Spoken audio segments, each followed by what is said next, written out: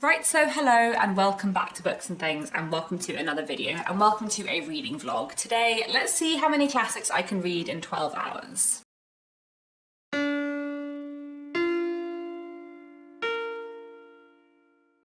This video is very kindly sponsored by Serious Readers, who are an amazing company who make really wonderful reading lights. I will tell you a bit more about them later on in the video, but for now let me tell you about what this video today is going to be. I have a free day today, so I am going to be reading lots of books. I'm going to see how many classics I can read in the next 12 hours. It's just coming up to 8 o'clock in the morning now, and I'm going to try and read through till 8 o'clock in the evening and see how many classics I can get through. If you saw my video a few weeks ago where I talked about my reading goals for the year and what prompts I still had left to tick off, then you will know that there are quite a few classics prompts that I have left to tick off for the year. So I thought I would see if I could tick off a few of my reading goals today and read some of the shorter classics that are on my TBR. So I have a few things that are on my physical TBR or my digital TBR, and then I got a few books out of the library as well. I have an Australian classic here, We of the Never Nether by Jeannie Gunn. This is not too long, so I'm hoping I can get to this today, although the writing is relatively small. There's also quite a lot of space on the page, so we'll see. And then I also have a Kenyan classics. This is The Promised Land by Grace Obot, and I'm looking forward to this. This is pretty short, so I should be able to get through this today. Then I also have, on my computer, I couldn't get a Kindle edition, but I found online the play The Case of Rebellious Susan, which is a Victorian play by, I think, I'll say Henry Arthur Jones, but I will confirm that for you later in the video. And I have been meaning to read this since I heard another booktuber, Martha's Great Library, talking about it in Victober. So I'm looking forward to reading that today. And then I also have access on audiobook to a few Agatha Christie books, so I might do a bit of listening today. And then I got 4 books out of the library as well. So these are all relatively short, so I'm hoping I'll get to some of these today. Some are more of a priority than others. So here I have Clouds of Witness by Dorothy L. Sayers, which is the second in her Lord Peter Wimsey series. I read the first one, Whose Body, last year and really enjoyed it, and I've been meaning to read more by her for ages. This looks like it is not that short, but my library only had a large print edition, so actually the text is very big and I think I can get through this pretty quickly. And then I got another couple of classics, which, like the Dorothy L. Sayers one, would count from my 1900 to 1950 British classics goal, which I am keen to get a little further through if I can, but we'll see. So here I have The 39 Steps by John Buchanan, which I don't actually know very much about, except that it had a very successful play adaptation. But I've heard it's an interesting novel and it's very short, so I might try and read this today. And then I also have this. This is Voyage in the Dark by Jean Rhys. I haven't read anything by Jean Rhys for ages, but I have read 3 of her books before, I think.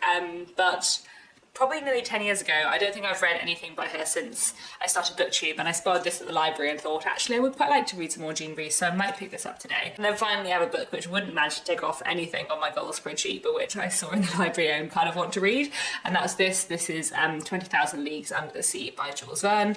I really like Jules Verne. I've read a couple of his books before. He's a fantastic 19th century French writer. Saying that, I do have a random phobia of fish, which does make me wonder whether a book set 20,000 Leagues Under the Sea is really the book for me, but you never know. I do really like Jules Verne, so I kind of like to give it a try. So those are all my options for the day, and we're just going to see how I go. I don't know what I'm going to start with. I think maybe I'm going to start with the play, The Case of Rebellious Susan, because I think that'll probably be the quickest thing to read, and I think that'd be a nice way to get started for my day of reading.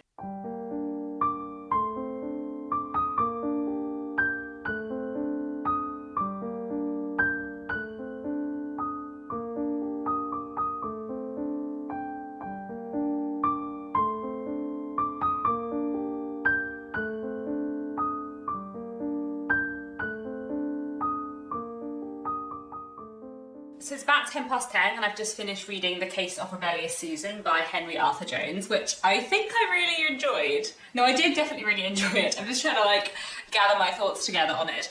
So it's a late Victorian play which is about a married couple, and after Lady Susan finds out that her husband has had an affair, she decides that she's going to leave him and have an affair of her own. And it's kind of about the dynamics that unfold from there.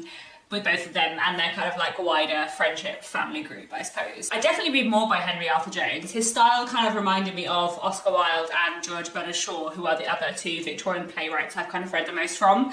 And his wit was really good. Like, there were a few bits that had me laughing out loud. And I feel like it was sneakily proto-feminist. I feel like it's a play that is a bit proto-feminist, but is kind of like dressed up in conventional Victorian values, and both like has an ending that feels quite conventional, but also like makes you think about lots of things. Basically, I feel like Henry Arthur Jones kind of wants to question a lot of things and make his audience think about a lot of things, but also he doesn't want to like make a firm conclusion. I don't know. There's a bit in the introduction to the play, a version that I read on Google Books, where he says, my comedy isn't a comedy at all, it's a tragedy dressed up as a comedy. And I feel like that's very much true, and I kind of like that about it. So yeah, I enjoyed that. I definitely think I'm going to read more by Henry Arthur Jones in the future. So that's my first read of the day done. I've also listened to a couple of chapters of The Man in the Brown Suit by Agatha Christie,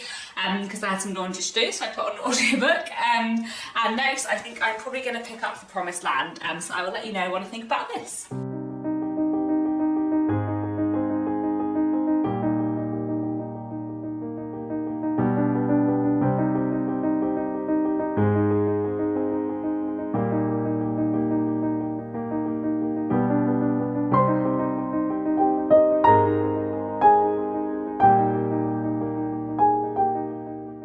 So it's just after 1 o'clock and I have indeed now finished reading The Promised Land. So this is a Kenyan classic which was first published in the 1960s, but it's set in the 1940s and 50s. And it's about a young married couple who move from one village to another village much further away to start a new life there. And it's about their life building a farm, building a life together, and also what happens when kind of local tensions rise. I found this quite interesting, but I don't know that I would say that I loved it. I feel like of the 3 Kenyan classics I've read so far this year, this is probably my least favourite. My favourite being Betrayal in the City, which is a wonderful play, which I'll talk about in my wrap-up at the end of the month. I read that a few weeks ago.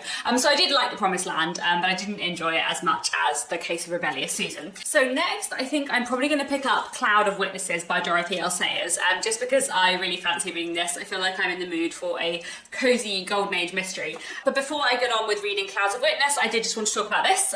This is my new light. This is a Serious light made by Serious Readers, who, as I mentioned earlier on, are kindly sponsoring this video. And this is what they call a Serious light. This is their high definition model. And I've had mine a couple of weeks and I've already been using it a ton. And actually, having thought that I would probably mostly use it in the evenings when it's dark, I've actually been using it all day long when I'm reading during the day, because I just find it really useful. It has a really good like beam of light so that you can see a book really clearly even if the rest of the room is dark, if that makes sense. So Serious lights use something called daylight wavelength technology, which replicates the daylight spectrum as closely as is technically possible. So it's basically as much more like natural light. Serious Readers do a few different Serious lights. So this one, as I said, is a high definition model, but they also have their Alex light and their classic lights.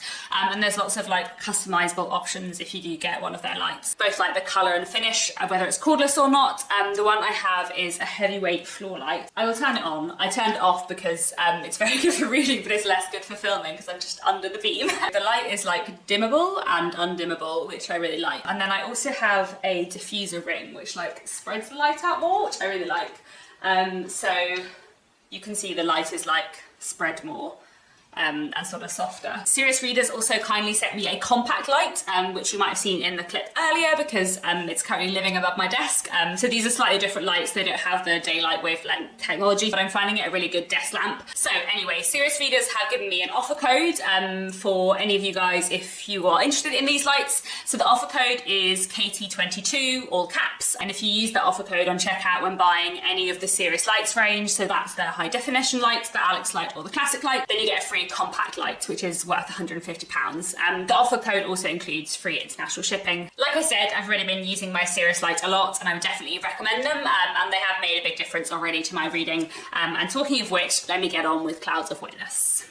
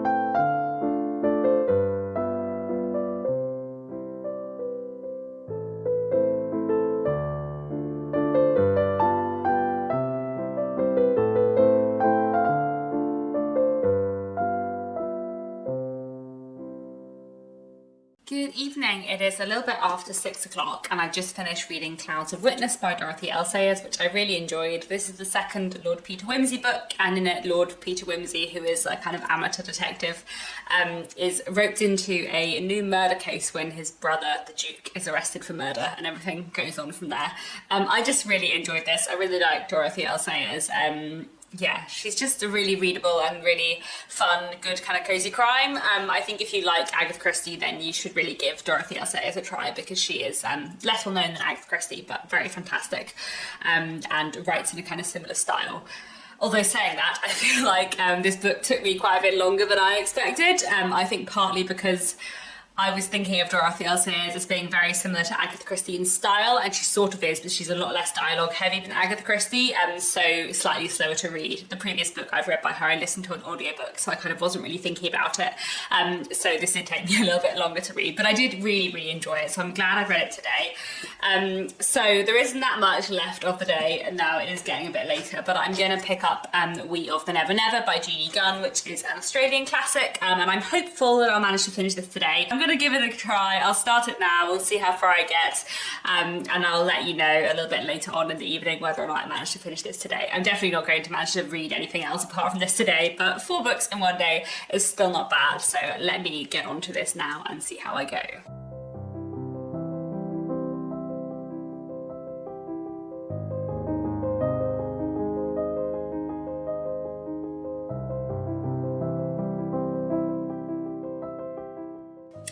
Again, so it is 8 o'clock in the evening, and I'm about halfway through We of the Never Never, so obviously haven't managed to finish it within my 12 hours, but I might just carry on reading it and see if I can finish it before I go to bed tonight, because I am kind of interested to keep reading. I'm not hugely enjoying this so far. I feel like definitely out of the 3 Australian classics that I've read this year, this is my least favourite.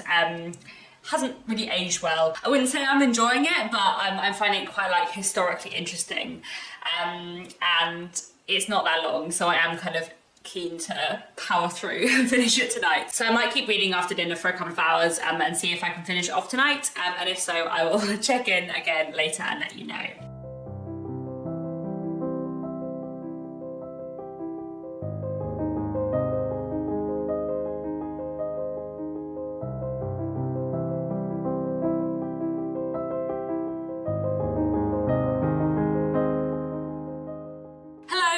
Past 9 in the evening, and I've just finished reading We of the Never Never, which I didn't like that much, but I'm sort of glad I read. It was one of those books that I feel was interesting from a historical perspective more than interesting and enjoyable as a book in its own right. I feel like this was more of an interesting thing to read as like a historical primary source, I suppose, more than as a novel. So this book was written by Jeannie Gunn as a kind of like fictionalised account of her life living in the bush in Australia. It was published in 1908, and it definitely reads more kind of like her fictionalised memoirs than a novel. Like there isn't really a storyline, and I did find bits of it quite dull. And it also is not really a book that's aged well, shall we say. I did find it quite interesting, though, to read in the same day as The Promised Land, because both of these books are books about relatively young married couples, like moving from a place they know to a new place in the middle of nowhere that they don't know, and then it's kind of about their rural life there. So like random interesting thematic links between these 2 books, even though they are very, very different, and I did enjoy The Promised Land more. But it was kind of interesting to read about sort of rural life in these 2 very, very different landscapes. So it was kind of interesting to read for that sense. But yes, I didn't love We of the Never Never. Not a great way to end my reading day. However, I have read 4 books today, which is not bad going, even if I had lots more other possibilities for the day this morning. And then I've also listened to a few chapters of The Man in the Brown Suit by Agatha Christie too, which I'm enjoying so far, and I will carry on with that. I'm probably not going to manage to finish that off in November now, because this is the penultimate day of November, but hopefully I'll finish off in December. And I will talk a little bit more about my my thoughts on the 4 books I read today in my wrap up at the end of the month. So thank you for joining me for this day of reading. Thanks to Serious Readers for sponsoring this video. Do let me know down in the comments if you've read any of the books I've spoken about today, what you thought of them. Also let me know if you think I should try and prioritise any of the books I mentioned at the beginning of this video that I didn't manage to read today. And that's all for now. Thanks so much for watching, and I'll be back very soon with another bookish video.